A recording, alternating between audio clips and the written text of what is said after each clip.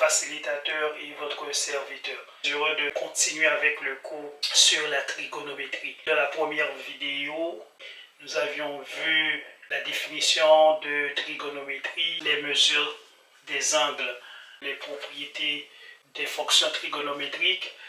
Également, on a effleuré les 6 fonctions trigonométriques. Nous allons aujourd'hui, à partir de cercles trigonométriques, étudier les cadrans.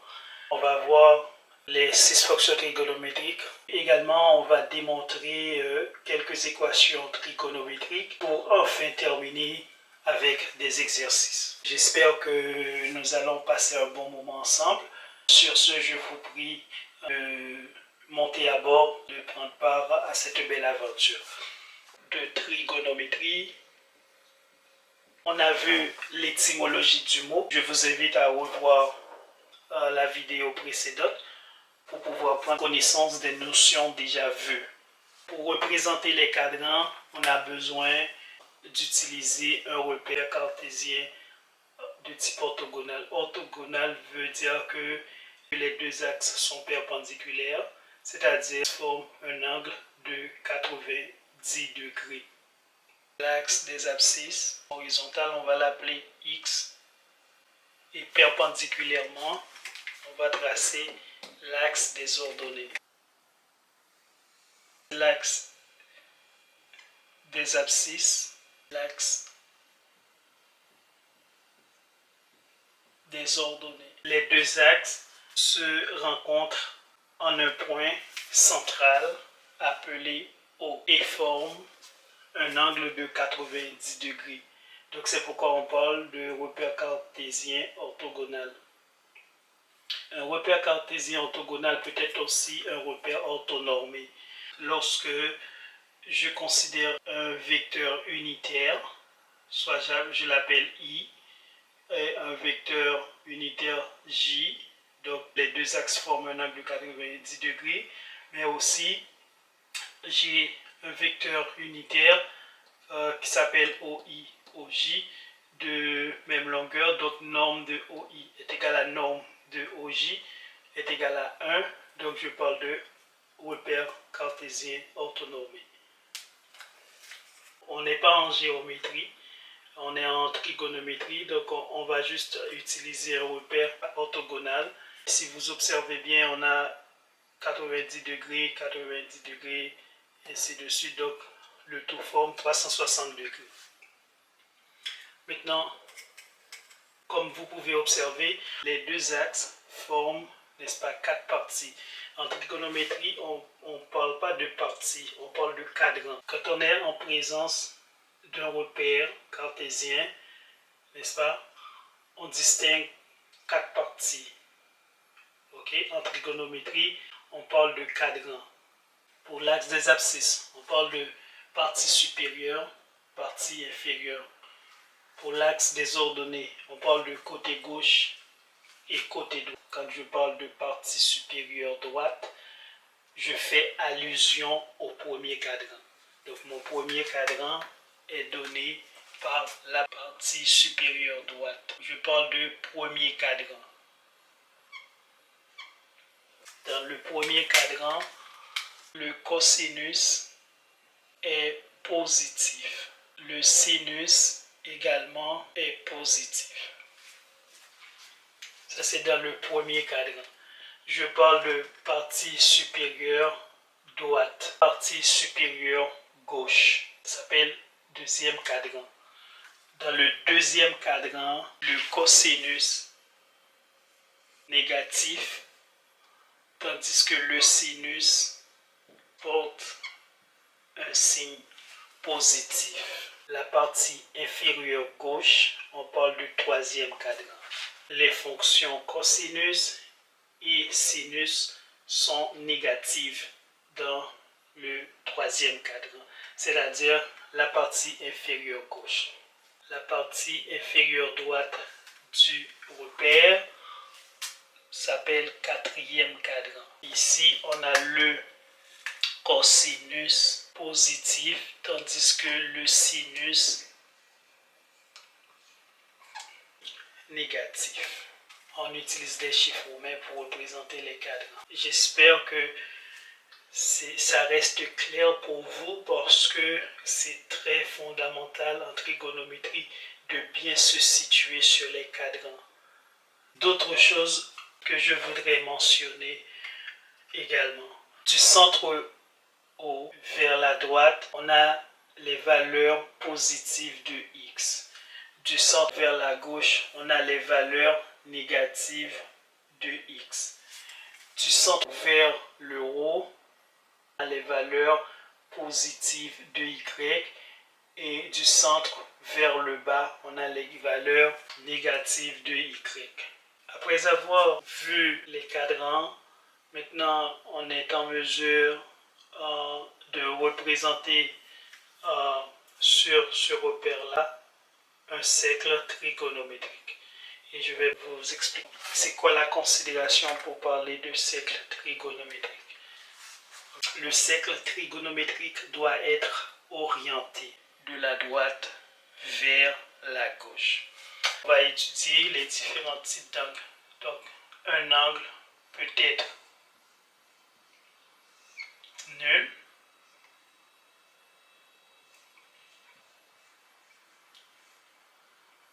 quand je parle d'angle nul, c'est-à-dire A et OB parallèles et confondus. Je parle d'angle nul. La deuxième chose, je peux parler d'un angle aigu. Si P est rendu ici, ok, là je crée un angle, ok, là je crée un angle. Mais cependant, l'angle qui est créé est inférieur à 90 degrés. Donc, je parle d'angle aigu. Donc, l'angle peut être aussi aigu. Donc, c'est un angle, n'est-ce pas? Je vais représenter comme ça l'angle qui est inférieur à 90 degrés. Je peux continuer. Le point P est rendu ici. Donc, OP est parallèle et confondu à OY est aussi perpendiculaire à OA et forme un angle de 90 degrés. On parle d'angle droit. C'est un angle qui est égal à 90 degrés. P peut être rendu ici au deuxième cadran, sans toutefois toucher l'axe des abscisses. Donc, alpha est supérieur à 90 degrés. Donc, on a vu que alpha est nul,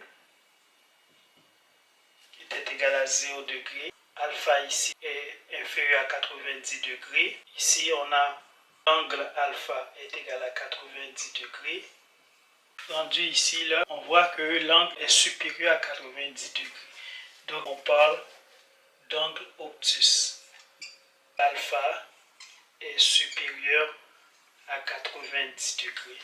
Le point P est rendu ici. Donc, OA' est parallèle et confondu à OP. Cependant, on n'est pas ici à droite, on est plutôt à gauche de l'axe. On dit que alpha forme un angle plat. Donc, alpha est égal à 180 degrés. On parle d'angle plat. Donc, je parle de différents types d'angles. Je parle d'angle nul, angle aigu, angle droit, angle obtus et je parle maintenant d'angle plat. Donc, quand je parle d'angle plat, n'est-ce pas? Donc, c'est-à-dire alpha est égal à 180 degrés. Je parle d'angle plat. Donc, supposons que P est rendu ici. Maintenant, alpha est supérieur à 180. Ça part d'ici, fait le tour comme ça. Donc, alpha est rendu là. On l'appelle angle entrant. C'est un angle qui est supérieur à 180 degrés. C'est-à-dire alpha est supérieur à 180 degrés. Le dernier angle qu'on va voir, on parle d'angle complet, lorsque l'angle forme 360 degrés, c'est-à-dire alpha est rendu ici, donc ça forme le tour, donc on parle de 360 degrés. Donc c'est fondamental ce que je suis en train de dire là pour la trigonométrie. Lorsque vous observez bien, 360 degrés est confondu à 0 degré. Ok? On va voir plus tard l'importance de tout ça. Donc pour les angles, on est correct. On parle d'angle nul, aigu, droit, obtus, plat, entrant, complet. Ok? En trigonométrie, on utilise deux grandeurs pour mesurer les angles. Le degré ou le radian. OP est isométrique à OM est égal à l'unité. Supposons que l'arc PM est de même longueur, n'est-ce pas? L'arc PM est isométrique à OP est égal à OM. Je parle du radian. Le radian, par définition, c'est la mesure d'un arc dont les côtés interceptent en un point et forment un angle alpha. La distance PM n'est autre que cette distance OP. Donc, PM est égal à OP est égal à OM. Là, on parle de radian. La formule, je vais mettre ça en rouge pour que vous puissiez voir mieux. Ok, donc c'est X radian. Ça, c'est la valeur qu'on cherche. Ici, c'est la valeur ou grandeur donnée. Si j'ai 90 degrés, ça va me donner pi divisé par 180 qui est égal à 2 par 90 multiplié par 90 degrés. Donc, je peux simplifier par 90. Donc, x est égal à pi sur 2 radian. 90 degrés est ici, donc c'est pi sur 2. Donc ici j'ai 0 degré, 90 degrés, 180 degrés, 270 degrés, 360 degrés. Donc j'ai 0 pi sur 2, 1 pi sur 2. 1 pi sur 2 n'est autre que pi sur 2. 2 pi sur 2, donc 2 pi sur 2, n'est-ce pas? 2 différent de 0, donc il reste pi. 3 pi sur 2, j'ai 4 pi sur 2. Maintenant 4 pi sur 2, n'est-ce pas? Je peux simplifier par 2 parce que 2 est différent de 0. Donc il va rester 2 pi. Donc 360 degrés n'est autre que 2 pi. Et j'ai 0 pi sur 2, 1 pi sur 2, 2 pi sur 2 qui n'est autre que pi, 3 pi sur 2, 4 pi sur 2 qui est égal à 2 pi, 5 pi sur 2, 6 pi sur 2, ok? 7 pi sur 2, 8 pi sur 2, 9 pi sur 2, 10 pi sur 2, 11 pi sur 2, 12 pi sur 2. Le cercle trigonométrique est orienté de la droite vers la gauche. De ce point-là, à ce point-là, j'ai un demi-tour. D'ici à ici, j'ai un autre demi-tour dans le sens anti-horaire. Donc, un demi-tour, deux demi-tours. Donc, un tour complet, c'est 360 degrés. Donc, ça, c'est un tour. 2 tours, 3 tours, 4 tours, 5 tours. Ok? Ça, c'est un demi-tour. Un autre demi-tour. Ok? C'est très important aussi. Ok? Pour passer de radian à degré, et cette formule x radian, ça c'est la valeur demandée ou grandeur demandée.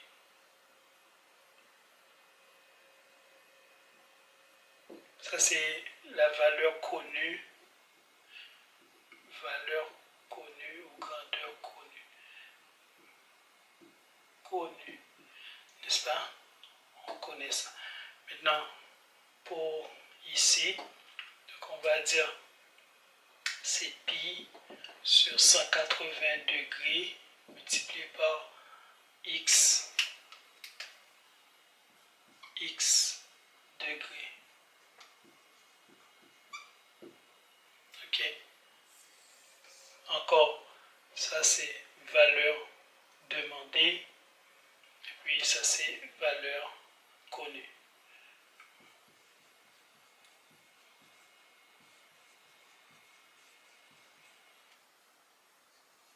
Valeur ou grandeur, n'est-ce pas, demandée. Donc, ça c'est les deux formules mettant en relation radian et degré et radian. C'est juste appliquer les formules, peu importe la valeur qu'on vous donne, il suffit d'appliquer ces formules-là, ou bien cette formule-là, ça va vous donner normalement le résultat. C'est juste des... je suis en train de créer la base pour continuer avec les fonctions trigonométriques.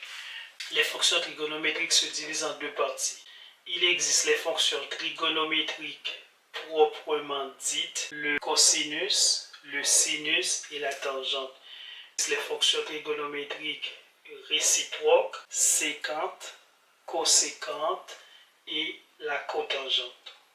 On considère un point ici, un point, on va l'appeler A, un point A, n'est-ce pas? On va projeter ce point A sur l'axe des abscisses et de façon perpendiculaire à l'axe des abscisses.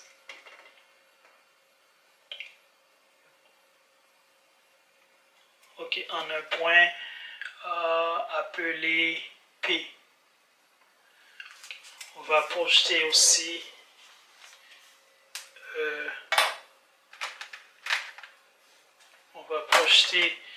le point A sur l'axe des ordonnées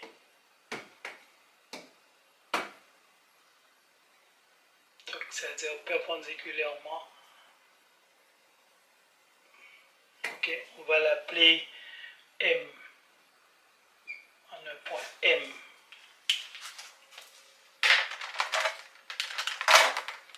Ok, donc le point A est projeté sur l'axe des abscisses en un point P. Ce même point est projeté sur l'axe des ordonnées en un point M. Ok.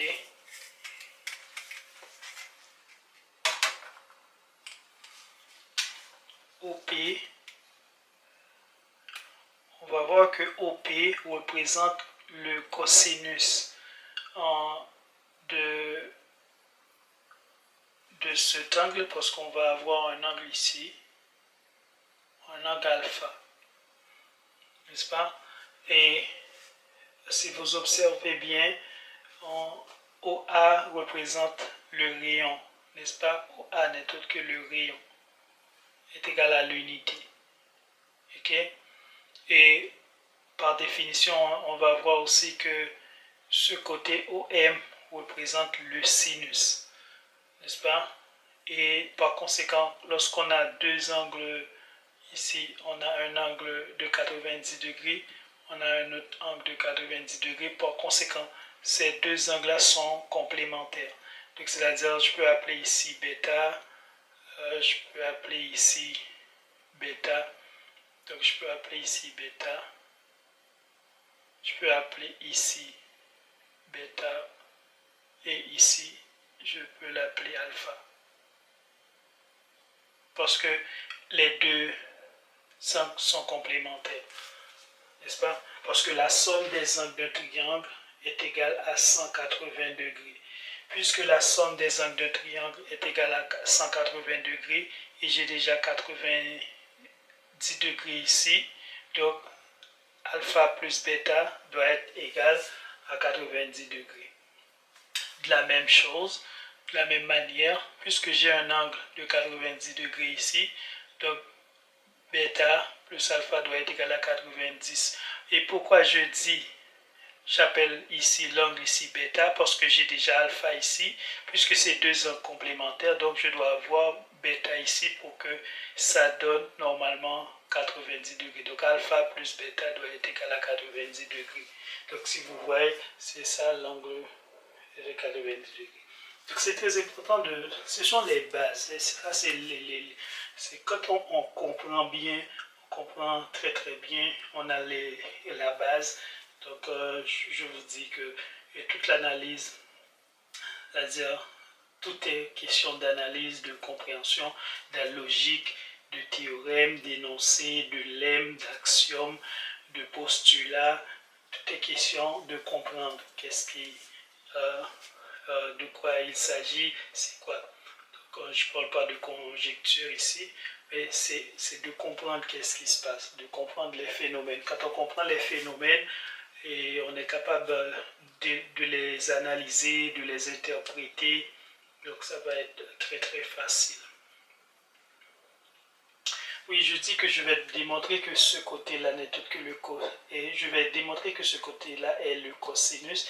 Également, je vais démontrer aussi que le segment OM représente le sinus. Ok. La première des choses qu'on va faire, on va appliquer le théorème de Pythagore. Premièrement, on va considérer les triangles qu'on veut étudier. Et la deuxième chose, on va appliquer le théorème de Pythagore. Et enfin, on va utiliser les définitions de cosinus et de sinus et pour démontrer que réellement qu'on est en présence de cosinus et de sinus. On va faire les considérations d'abord. Considérons le triangle OPA rectangle en P. On peut appliquer le théorème de Pythagore. Le carré de l'hypoténuse est égal à la somme des carrés des deux autres côtés.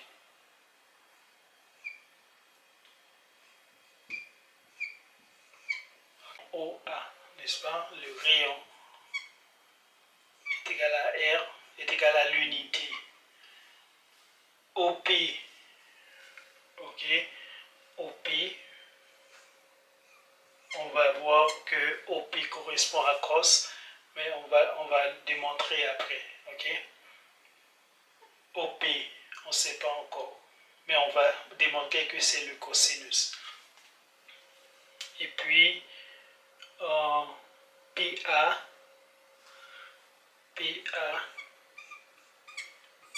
on va démontrer que, on ne l'a pas encore, mais on va le démontrer que c'est le sinus, n'est-ce pas? Ok. Maintenant, on va définir, c'est quoi la définition de cos et de sin? C'est quoi la définition? On sait que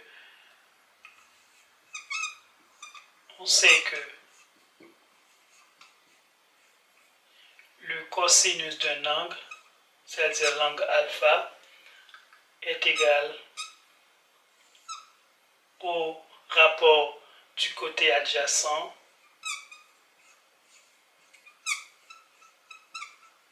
sur l'hypoténuse. Ça, c'est la définition du cosinus. L'hypoténuse. N'est-ce pas? Ça, c'est la définition. Donc, cos alpha, côté adjacent sur l'hypoténuse. J'ai l'angle ici, n'est-ce pas? Donc, le côté adjacent, c'est le côté qui forme l'angle. C'est OP. Ok? Donc, je peux écrire c'est OP. Vous voyez bien? OP sur OA. Le segment OA. OP, ok? C'est le côté adjacent. OA, c'est l'hypoténuse. Donc, l'hypoténuse, on a dit que c'était le rayon. OP, n'est-ce pas? Vous voyez bien ici. Donc, je peux conclure. Donc, je peux dire que cos alpha est égal à OP, parce que le rayon est égal à l'unité, est égal à 1. Donc c'est OP sur 1. Donc je peux dire que cos alpha est égal à OP. Vous voyez, pour cette raison que je disais tout à l'heure que OP n'est autre que le cosinus. Donc c'est exactement, donc cos alpha est égal à OP. Donc ici, je peux dire que ici représente le cos alpha. Vous voyez? Donc le point d'interrogation ici, là, peut être changé en cos alpha. Maintenant, on va voir PA. C'est quoi la définition du sinus? Le sinus d'un angle, donc dans ce cas, le sinus de alpha, n'est autre que le rapport entre le côté opposé sur l'hypoténuse.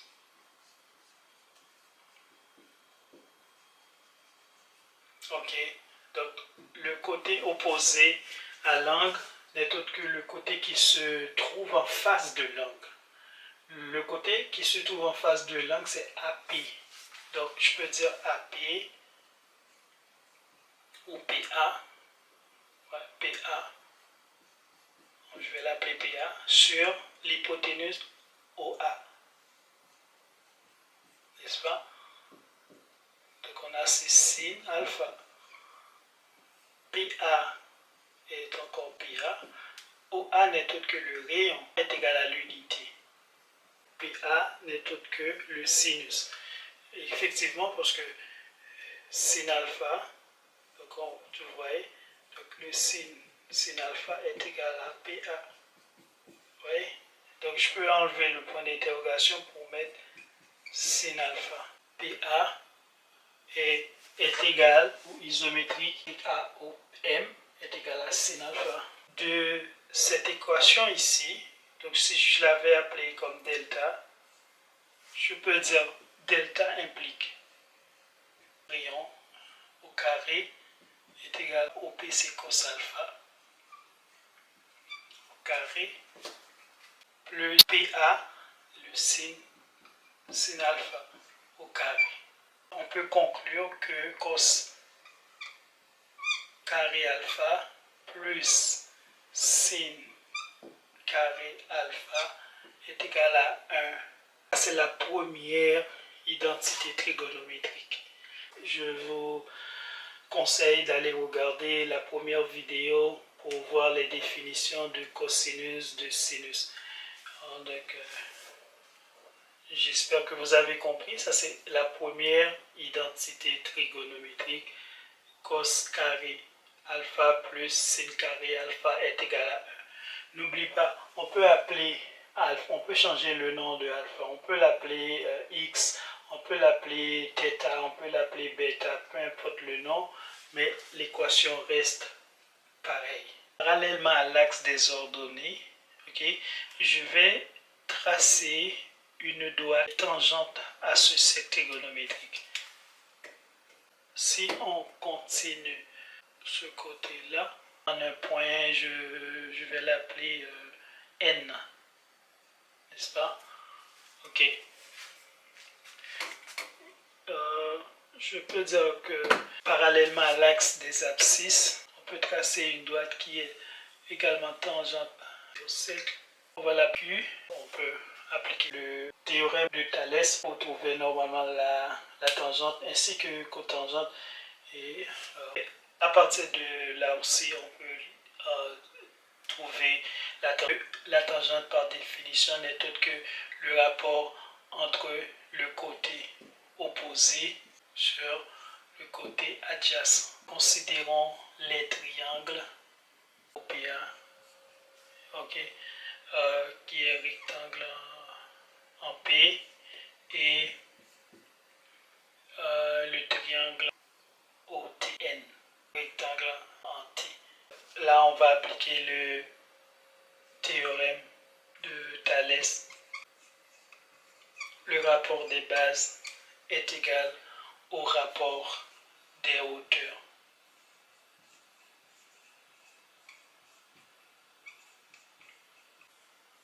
sur Tn est égal à OP sur OT. PA sur Tn est égal à OP sur OT. PA est isométrique à OM qui est égal à sin alpha. Tn, côté opposé à l'angle de tangente alpha, c'est Tn. Tn OT, côté adjacent, est égal au rayon, est égal à l'unité. Tangente alpha est égal à Tn. Tn est égal à tangente alpha. OP représente le cosinus. OT est égal au rayon, égal à 1. Donc, sin alpha sur Tn tangente alpha égale OP cos alpha sur OT rayon est égal à l'unité. Donc, on peut conclure que tangente alpha est égal à alpha c'est sin alpha sur cos alpha. Première identité trigonométrique qu'on a démontré, cos carré alpha plus sin carré alpha est égal à 1. On va diviser chacun des membres par cos carré alpha. C'est l'équation 1. Donc, divisons l'équation 1 par cos carré alpha. Ok. Cos carré alpha divisé par cos carré alpha plus, n'est-ce pas, sin carré alpha divisé par cos carré alpha est égal à 1 sur cos carré alpha. Ok. Avec cos carré alpha différent de 0. Donc ici on va avoir 1 plus tangente carré alpha égale à 1 sur cos carré alpha. Une autre identité trigonométrique. La première c'est cos carré alpha plus sin carré alpha égale à 1. La deuxième c'est 1 plus tangente carré alpha 1 sur cos carré alpha. Divisons l'équation 1 par sin carré alpha. Cos carré alpha sur sin carré alpha plus sin carré alpha sur sin carré alpha égale à 1 sur sin carré alpha. Avec sin carré alpha différent de 0. Donc, cos carré alpha sur sin carré alpha tangente carré alpha plus sin carré alpha sur sin carré alpha, c'est 1 égale à 1 sur sin carré alpha.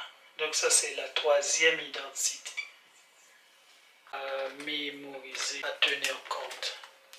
La séquente et la coséquente sont des fonctions trigonométriques réciproques. La coséquente est l'inverse du sinus, tandis que la séquente est l'inverse du cosinus. Tangente carré alpha plus 1, je peux remplacer tout ça par séquente carré alpha.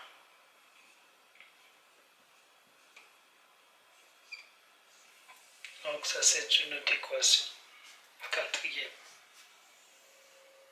Et également on peut trouver une cinquième équation. Cotangente carré alpha plus 1 est égal à 1 sur coséquente, n'est-ce pas, carré et alpha, parce que coséquente alpha est égal à 1 sur sin alpha. Donc on peut écrire coséquente carré alpha. Donc ça, C'est une cinquième équation. Ok? Donc ça c'est pour exprimer la cotangente en fonction de la coséquente, la tangente en fonction de la séquente. Ici c'est la tangente en fonction de cos, cotangente en fonction de sin. L'équation aussi, on peut facilement tirer cos alpha et sin alpha. De l'équation identitaire, cos carré alpha plus sin carré alpha est égal à 1. Je peux dire que cos carré alpha est égal à 1 moins sin carré alpha. Ok? Je peux dire que cos alpha est égal à plus ou moins, n'est-ce pas, la racine de 1 moins sin carré alpha. De la même façon, on peut tirer sin alpha. Cos carré alpha plus sin carré alpha est égal à 1. Donc, on peut dire que sin carré alpha est égal à 1 moins cos carré alpha. Sin alpha est égal à plus ou moins la racine carrée de 1 moins cos carré alpha. En fait, des équations à retenir pour la démonstration des identités trigonométriques remarquables. On va avoir besoin de ces équations. La semaine prochaine, on va continuer avec les séries d'exercices. Je pense qu'on a assez vu pour aujourd'hui. Content de pouvoir partager ce minimum de connaissances avec vous. J'espère que cette vidéo vous a plu. Je vous donne rendez-vous à la prochaine.